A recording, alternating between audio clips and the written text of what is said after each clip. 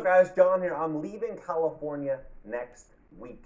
Next week, I'm out of here. I was considering to leave a couple months ago, but I decided against it. But I just learned something just absolutely insane today about a partnership between Bill Gates and Gavin Newsom.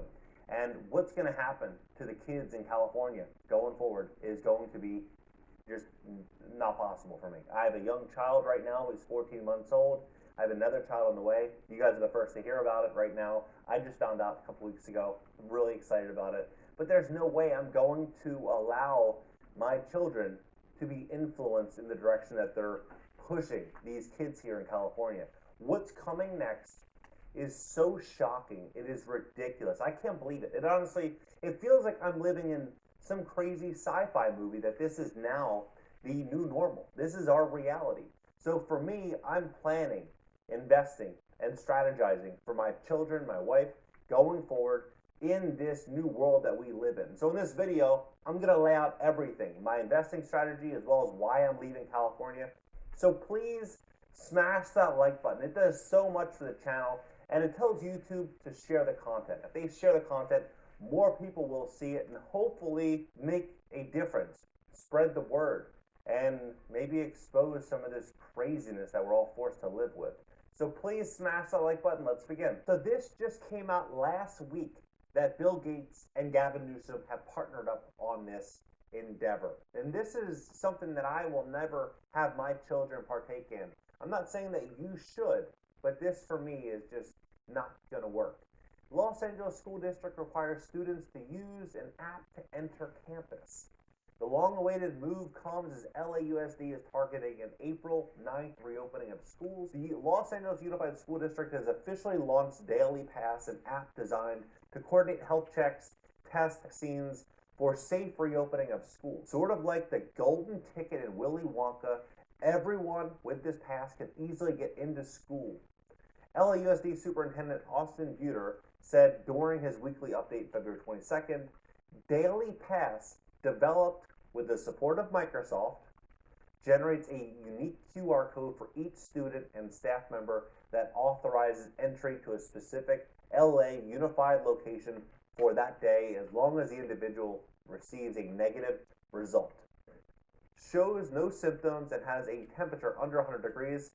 Upon an individual's arrival to campus, their QR code is scanned by a LA Unified School site leader who takes the individual's temperature. So every day they have to get their temperature taken. The Daily Pass will also be used by LA Unified School based on mission programs to register and schedule appointments, track scenes in stock, perform check-in and data capture at time of appointment.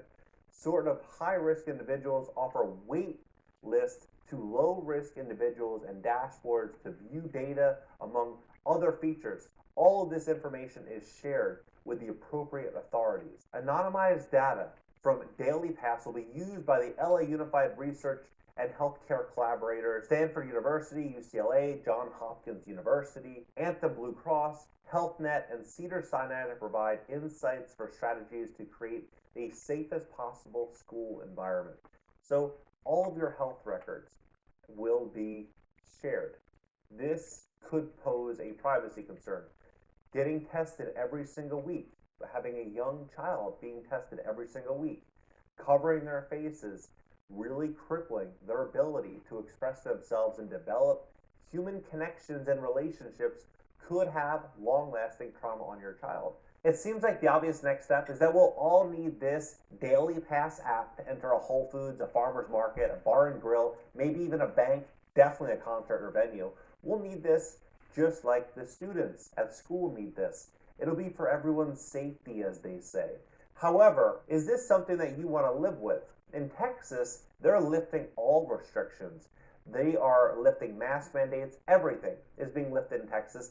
Gavin Newsom is bashing the governor of Texas about how he's handling this being so reckless. The question is, where would you rather live? Where would you rather run a business? Would it be Texas or California? I believe California is losing its authority all because of Gavin Newsom and the way that they're handling this entire situation.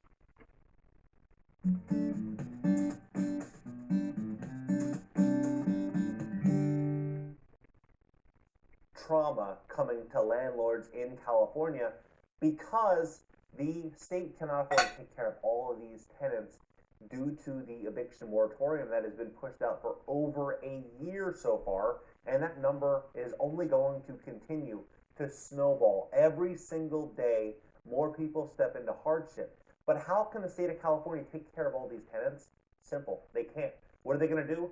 Push off the responsibility of the property owners. These property owners are sitting in sky-high mortgages, and they themselves are struggling. So what's going to happen? There is going to be a avalanche of foreclosures, and California right now signed SB 1079 into law, stating that they have first right of refusal to buy all foreclosures. So what does this mean? That they're incentivized to really stick it to the landlord. So big trauma coming for landlords. So with that said, this is what my plan is. So me as a real estate investor, I loved California for many reasons. The first was high property appreciation. If you knew what to buy, how to buy, and where to buy, you would make a killing. The second, sky-high rents. On an average year, we would have a 5%, 8%, or even 10+% increases on rent. So it was always a good year to be a landlord until 2020 hit. Rent reductions have been 40% so far in many areas of California. I believe that number is only just beginning to fall. And I think we'll see another 10, 20, 30, 40% from here going forward under these crazy new progressive policies that are sweeping California, as well as new tax regulations under Biden. It's going to be a very difficult place to live. And then you take into consideration that lumber costs, which is a fifth of overall construction cost, has increased by 100%. 100% just this year alone. So if lumber costs are a fifth of construction, that increased 100%, and rents are plummeting, how do you have a profitable outcome with real estate in California? That is the million-dollar question, and that's why, well, that's one of the reasons why I'm going to be leaving California. So here's my investing strategy for 2021 and 2022. Did you know $300 billion is sitting right now on the sidelines with private equity companies waiting to pounce on distressed real estate? They see the forbearances, 2.7 million homes in forbearance, the eviction moratoriums expiring with 1 in 5 renters not paying rent. They know landlords are in deep distress and they are waiting like alligators in a riverbed. I'm going to cut this here, the investment part of the video. This is John Williams. You can go on YouTube and see the rest of it, the investment part, but I was more interested in what the schools are doing.